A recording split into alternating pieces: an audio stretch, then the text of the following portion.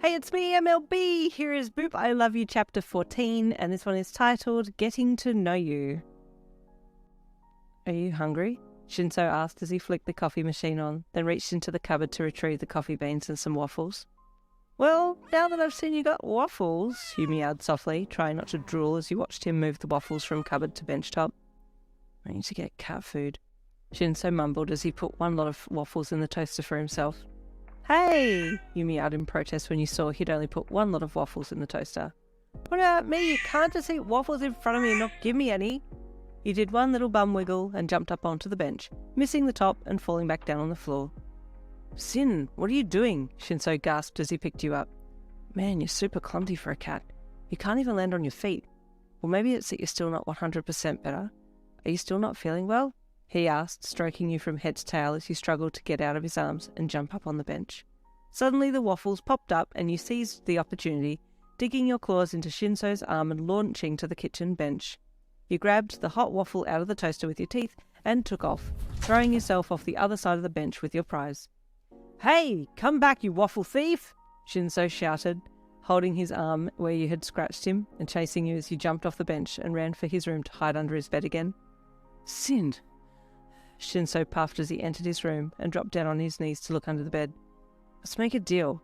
I'll give you the same food as me if you stop stealing my share. You took another bite of the waffle and chewed it down before carrying the rest of the waffle over to Shinsou and dropping the remains into his now outstretched hand to show that you were accepting his deal. Oh. He grimaced as the ripped waffle landed in hand. Thanks. You can have this one, but I appreciate that we've come to an agreement, he said with a chuckle. He handed the waffle back to you and stood up to head back to the kitchen to continue making his breakfast. He had just sat down at the table with his coffee and waffles when you came back into the lounge room, satisfied with your meal. You need a drink, Sin? He asked as he held up a glass of milk with straw in it. Actually, yeah, I'll take it, you meowed as you trotted over and jumped up onto the chair beside him, placing your front paws up on the table and leaning across to take the straw in your mouth. Shinsou watched you with amusement as he chewed on his waffles. You're a really funny cat, Sin, he chuckled, giving you a tickle on your neck. Oh, I still need to get you a collar, though. After so-called breakfast that had been eaten at 12 p.m, Shinsou left the house to go and get your collar from the pet store, promising to be back as soon as possible. You had tried to tell him that you weren't interested in wearing a collar, but he couldn't understand you, of course, so he left happily, ready to get you the prettiest collar he could find. He returned shortly with more food for the two of you and a pretty, your most hated colour, collar, just for you. Here, Sin, I got you a collar with your name on it. It's got my number there too, so people know who to call if you get lost, he said with a smile, holding the collar out to you as he crouched down. I don't want you to get lost again because the other time you disappeared, He looked down and cleared his throat, willing himself not to tear up. Never mind, he said with a sheepish chuckle. I like getting so emotional over a cat, he whispered to himself. You cocked your head at him. Does he really care about me that much? You thought as your face softened. He looked back up at you and your eyes met for a few moments before you looked away to hide the emotions on your face. He said, shuffling forwards. Let me put this on. No way, buddy, you hissed as you backed away from his outstretched hand that was holding the collar. You don't like it? He asked. The hurt in his voice was almost tangible.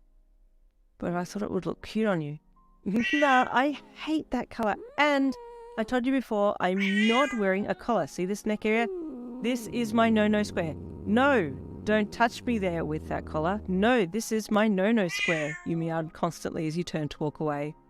Poor Shinsou was still trying to persuade you to wear the collar, talking constantly over the top of your meowing, the two of you making a lot of noise that wasn't helping anyone with anything.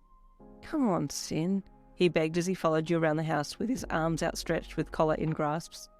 15 minutes later, and he still hadn't gotten the collar anywhere near you. All he had succeeded in doing was following you around the house, in and out of each room, holding the collar out and asking you politely to stop so he could put it on, but you weren't having any of it. Finally he gave up with a heavy sigh and flopped down onto his bed, opening the top drawer of his bedside drawer set and tossing the collar in there. There. Gone. Okay? Happy now? He said in a tired, defeated voice. No collar. You watched from the doorway as he sighed and rolled onto his back, left forearm up on his forehead as he lay staring at the ceiling. Oh, now I feel bad, he thought as he sat down in the doorway. Actually, I did see a ribbon under his bed when I was under there last. If he absolutely has to put something on me, I'll wear a ribbon. You got up and patted under the bed, searching for the ribbon. You spied it and picked it up in your teeth, dragging it out and jumping up on the bed beside him to show him. Put this on me, then, if you must put something on me, you meowed, dropping the ribbon on his chest. He dropped his forearm down to his side and raised his head to see what you had plopped on his chest. A ribbon? He asked. Where'd you get this? Under your bed, you meowed.